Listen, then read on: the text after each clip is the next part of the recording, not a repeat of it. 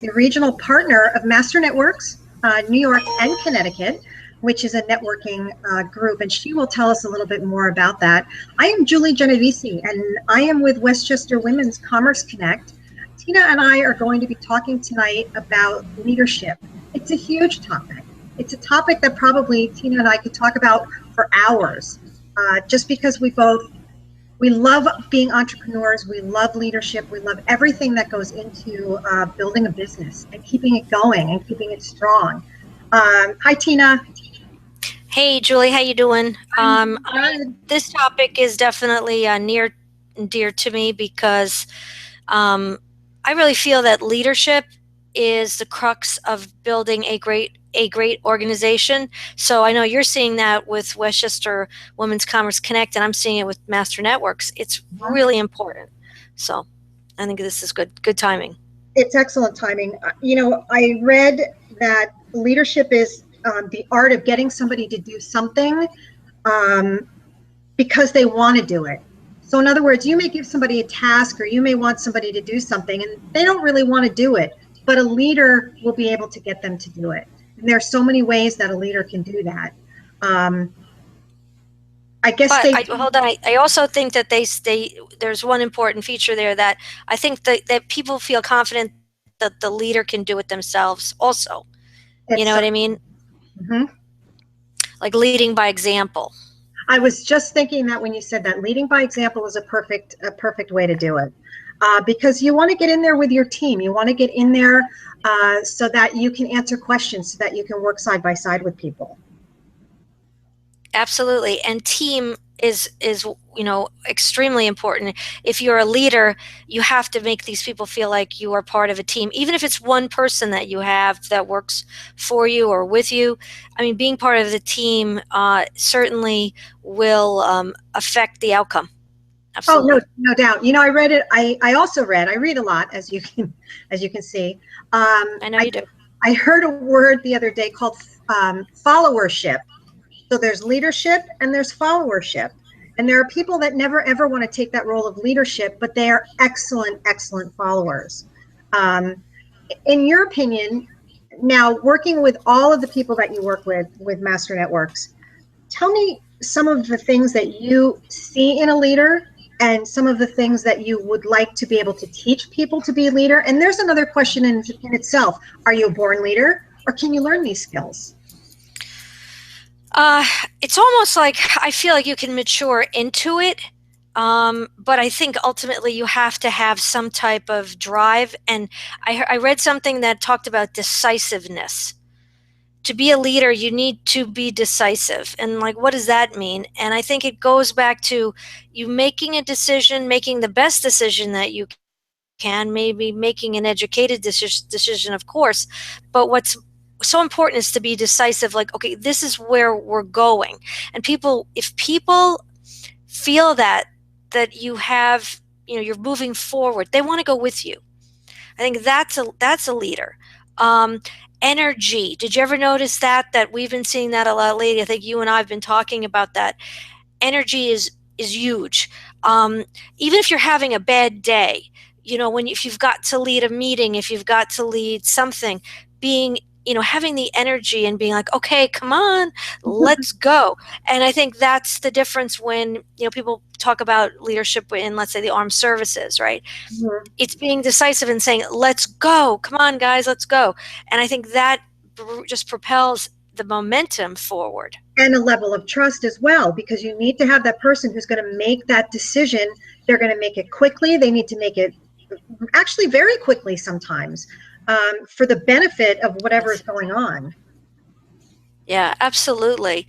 And then, again, but they want to defer to their team if they don't know what that answer is. You can't always be a leader and know everything, mm-hmm. right? So they have to know when to count on the team, because mm-hmm. you don't want to make a really poor decision just because you feel like you always have to be the leader. Right. That's another problem. Yeah, you never want to just make a decision just for the sake of making a decision. That's probably not a good choice. No, it's poor. It's and that over in history they've seen that bad decisions because the person was absolutely convinced they were right, but they didn't maybe listen to the team.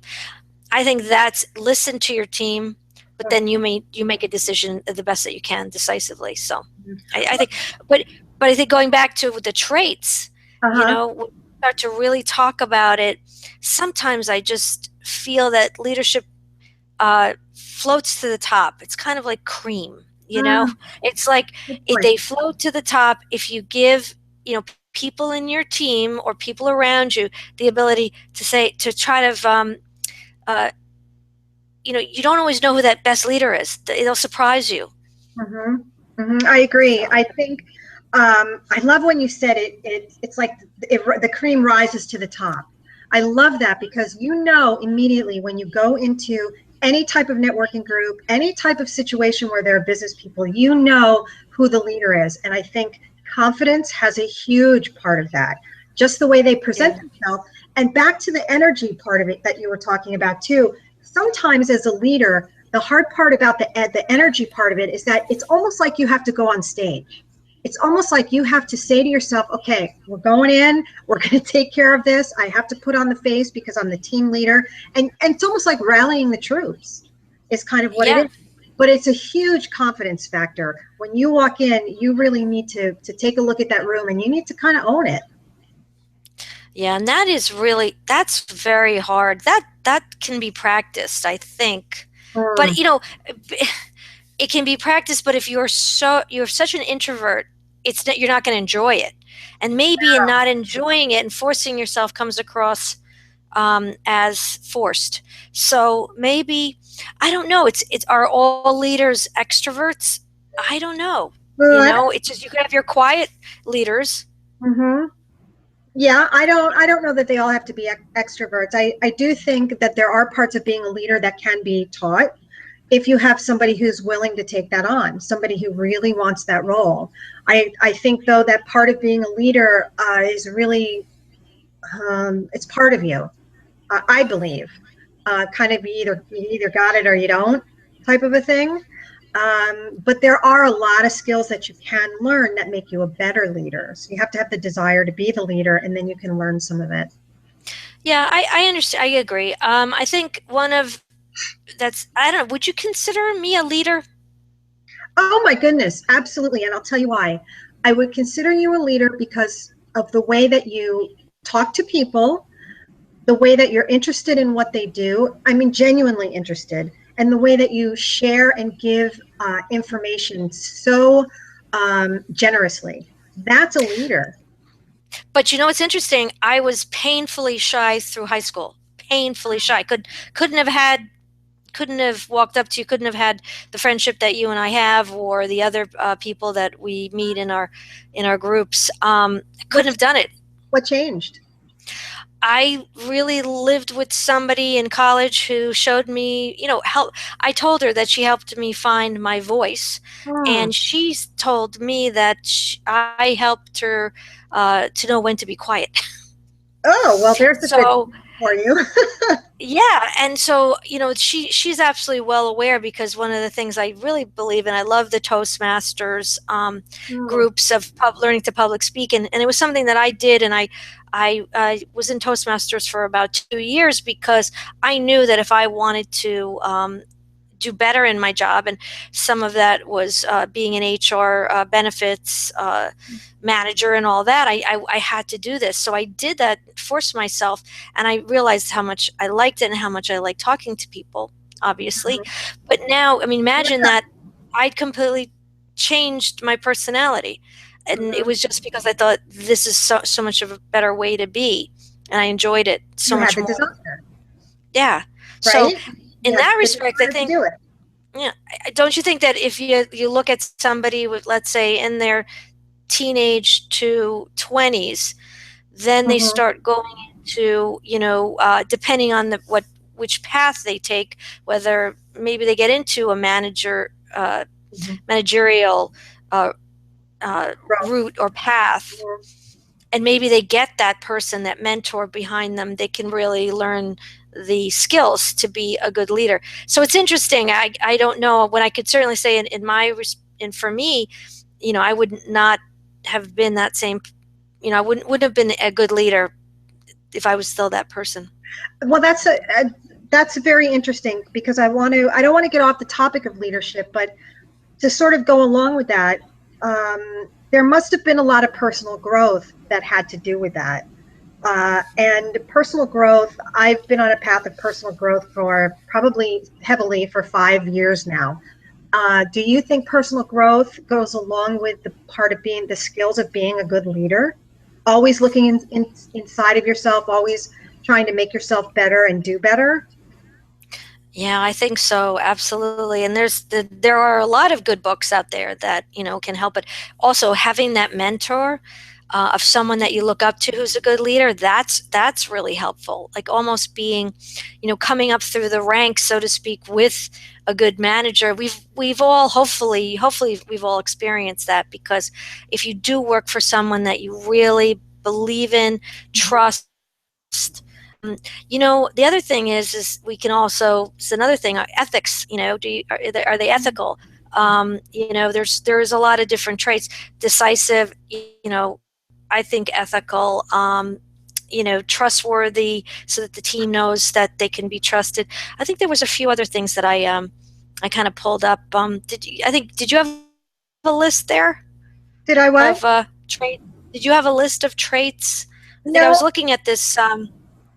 Oh, I know. Here, one was awareness, that their leaders understand the nature of the difference and accept Right. difference between employees and bosses, and informs, and it forms their image, their actions, and their communication. That's a good one. Communication, good communicator. It's in Wouldn't fact, you say that oh, was and huge? yes, in fact, I was just going to bring that up because I wanted to tell you a story of I have a friend who's very, very high level executive down in New York City. And it was always intriguing to me about what he did for his job. I still don't understand what he does in his job, but he's very high level team leader, management position. So he had some phone calls to make, some conference calls to make. And I asked him, do you mind if I just hang out and listen to you make these calls? Because I wanted to see what made him this leader. So 30 minutes go by and I don't hear two words out of him. I just, every once in a while I hear a mm-hmm. And so after he got off the phone, I said to him, I know that you're the boss and you had a conference call. Maybe there were 10 or 15 of his team on that call. I said, but you didn't really say a whole lot. Why is that? And he said, because I let my team handle what they need to handle until they come to me and they're seeking the information and the help that they need. So he just sort of oversees, what's happening with his team. And I think a very confident leader allows your team to be who they are and really thrive in the skills and the knowledge of what they have. So that was very interesting to me. He was an excellent Yeah. manager. Yeah. Very successful then. Yeah, it's like that communication of, like you said, knowing when to keep it, low key, and then jumping in when needed, and trusting the employees that he knew that could handle it. That's a good leader. Yeah. Delegating could be another one, Which one? because Oh, sometimes, yeah. Mm-hmm. because if you can't delegate and you're running around doing everything, then that's a mess too. Are you a good delegator? If I have people to delegate to. I'm the worst know. delegator on the planet. I am. And it's not because I'm a micromanager. It's just because I enjoy what I do and I want to do it all. And, does that stunt the growth sometimes of what you're doing? Maybe it can. And that's when you have to have that mentor say to you, okay, it's time to let some of this go, which brings up another point. They've got virtual assistants now. These days, which I think is such an amazing concept, that you can have a virtual assistant do some of this work for you, so you have time to move on and lead. Right. I mean that's some of the things that we talk about, in Master Networks meeting, is leverage, and that's very important. It's the things that, you can certainly handle it. You could do it, but you know what? You're not rising to, the higher level by, let's say, doing the, data entry. And I'm not saying data entry is a lower I understand. Function. But you know what? If there's people that and get paid to do that, Mm-hmm. but when you need to do something else like call your clients, you shouldn't be doing the admin stuff. You should get No. somebody. It's like I don't know about you, but I really don't like to do the accounting part, profit and loss statements and things like that. So I give that to somebody that's much more, and they're a QuickBooks advisor. Mm-hmm. Give that out and pay somebody else to do it. So you mentioned master networks. Tell me a little bit more about master networks. You mentioned leverage, how master networks builds leaders, and what the chapters are like. Sure. Well, Master Networks is a national organization of people networking in small groups weekly, and they consist of one of each industry. That's a whole nother topic for another time. Okay. But it's really important that as far as, picking good leaders, or growing good leaders, um, you know, at first when we were starting to grow, it was really hard because you don't know people that well. And now I think I've got a better idea of what a leader, should look like or should handle. And also, doesn't have to mean that it has to be one person of a networking group that's the leader. There could be a leadership group, and I love that because that's like part of talk about a leadership team. You have a few people that need to, that are creating, that are making opportunities and teaching the nice cat. uh, Yeah. um, we have an entire uh, Master Networks University that has created all of this intellectual property on how to grow your business, how to be working on your business, and that gets disseminated every weekly meeting to the groups, and that needs to be not everybody's a good teacher, so you need to pick the people in your group, for instance, that are good trainers or teachers and want to do that and give that positive energy towards that, or you have your group that's inviting people, and certain people are better doing that than others. So Master Networks being a uh, a networking group with one industry per seat in the group, they build relationships through this training that we have, and it's pretty amazing. I think that you've experienced some of that, and when you give up that 1 hour per week to absolutely work on your business, Mhm. and that's what you're doing through 1 hour. You can't go wrong because you're also getting a lot of input from people in your group on how to do things and best practices. But Mhm. I think you see some of that, I think, in your Westchester Women's Commerce, correct? I do. I see a lot of very, very good business women who do. Some of them want the leadership role. Some of them don't want a leadership role. But quite honestly, if you're an entrepreneur, you have to have a part of that in you because you have to take the leadership of your business, whether you work by yourself or you work with one or two people. But I think the Hmm. key, one of the key things that you did say was, um, it's very important to put people where they're comfortable and what their skill set or their skill level is.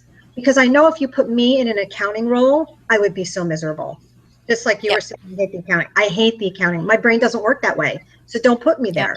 So if you're building I your c- team, yeah. yeah, build the team where you put the creative person in the creative role, the analytical person in the analytical role, and then you will see your team thrive. So your Westchester Women's Commerce Connect Uh-huh. it's like a chamber? Yes, it is a chamber. It operates like a chamber. So, for example, Master Networks, you are industry specific. So you have, for example, one person in each industry. So that's the difference with us is we're a chamber. So we take in every business. Um, and on it, quite honestly, we are Westchester Women's Commerce Connect, but we do have men in the group. I don't foresee that being a huge part of membership because most of our programs are really, really run for women and for our needs and what we're interested in. So it is run like a chamber. Exactly. So we'll have all the guys over in Master Networks, and you can have all the ladies. No, I have to tell you, our women, as you know, we're all kind of in both of our organizations here. We've been involved. The women and then getting everybody together for events and things. It's really powerful. The women definitely, you know, we'll do many different events. We'll have kind of the guys, you know, on the outside who are like, "Hey, what about us?" And Yeah. I think, you know, but it's a great foundation. Suddenly, it's I'm getting a lot of really positive feedback from both of these, and I tell people about your organization as much as I, you know, talk about Master Networks because there's a need for both. Oh my goodness, absolutely. They are, what's the word, synergy? They really they're synergistic. They go together that way. Yeah. Uh, and you know, you also mentioned something too. You can see my mind just goes everywhere. There's so many awesome topics to talk about. But being a speaker, not everybody is a speaker, and this is something that I think we have to develop too with leadership, is being able to speak in front of people. Well, I'd like to take I hope to, and this is what I try to train our people to in Master Networks is that, again, you know, I love that Toastmaster model where, you know, you get up and you practice Yes. your, you know, whatever that is, your message. Hmm. So I tell everybody to take you know, the time to get up in front of everybody in the group and to not just talk about the usual of, you know, actions of being a real estate agent. Instead, talk about it like you're role playing. You know, and talk about the mission and the vision of what you as an entrepreneur are trying to create. Because so many of us are, you know, doing similar tasks. But what makes us special? Again, so, you know, just like leaders in the group, you know, the individuals can everybody can be training to a higher level, and Hmm. maybe some of those people decide, hey, I do want to be a leader, you know, and coming and saying, hey, let me try that. Because sometimes I think in this fast paced life that we lead, we're like, oh gosh, I can't take on another thing. You Hmm. can't, I just can't. But you know what? Not people that want to lead, they want to do it. They're compelled. So Hmm. that those are the people I'm looking for. If you know any, let me know. Oh, absolutely. I think I do know some. It's just a matter of pointing them in the right direction so that they can start to develop those skills. So if we, Sure, absolutely. for you know, people who are listening and they're watching us tonight and they're, you know, now they're intrigued. They're thinking, you know, I could be a leader. Tina said she was shy and now she's a leader. And maybe there's somebody out there who's thinking they want to be a leader. What's their next step? What do they do? Where do they go? Well, I think, you know, first of all, you know, getting involved in your local, you know, community. uh, Hmm. I'm sure there are organizations around, and you know, the most important thing, somebody said this to me recently, and they were like, you know, take a role, even a small role. Like if you go into one of these, whether it's a networking group, whether it's your church, your synagogue, whatever it is, go in there and get yourself involved. And yes, I know you're probably saying, I don't have any time, but you could take some small role. And then, you know, you start becoming, people start looking to you for, you know, the qualities. And then you kind of say to yourself, well, where do I want to go next? Hmm. And start also reading, you know, reading about the making yourself. There's all kinds of books about, you know, 10-minute leadership and, you know, Right. 10-minute manager. And there was all those things going, you know, that are around. So I think it's self educating. I think it's taking some roles and seeing whether you really like it or not. Hmm. Because you may say, well, you know, gosh, this just is not me. It's torture, and it should not be torture. You should really like it. Um, and then after that, it's, you know, getting involved with people and having the, you know, people in the energy. Like I love, you know, your group, and I get to meet all these people, and I want to be with them, and I want to make myself a better person. So it's kind of it's self actualization. You know, you're realizing, is this something really for me? Hmm. So pretty much putting yourself right in there where it's all happening and starting to You get have it. to jump in. You have to jump in. Great. Well, I think I could talk to you for hours about leadership. We touched on so many other topics as well. There's some other ones that I want to come back to. at some point. But I think, tonight we can close out leadership with the fact that if you have a vision, anything can happen. Anything can Yes, and happen. just go and explore that vision. And if you want to give them, I'll give them my email, which is Tina Campbell at masternetworks.net. If anybody would like to contact me that way, I love to talk about this and can possibly give them some pointers. Excellent. This is, I also want to come back and talk about the book, the Master Networks book, but we'll leave that for another show. That. Yeah, so we can get all of that in. We'd like to hear about some of the topics that people would like us to discuss. We will eventually, probably in the next couple of shows, have a guest on, perhaps an expert that can talk to us about what they do and who they are. So please contact us. Tina gave you her email address. You can also get me at Genovesi at westchesterwcc.com with any questions. So tonight we'll say goodnight. Tina Campbell with Master Networks, and I am Julie Genovesi with Westchester Women's Commerce Connect. Okay, I'll see you later. Bye.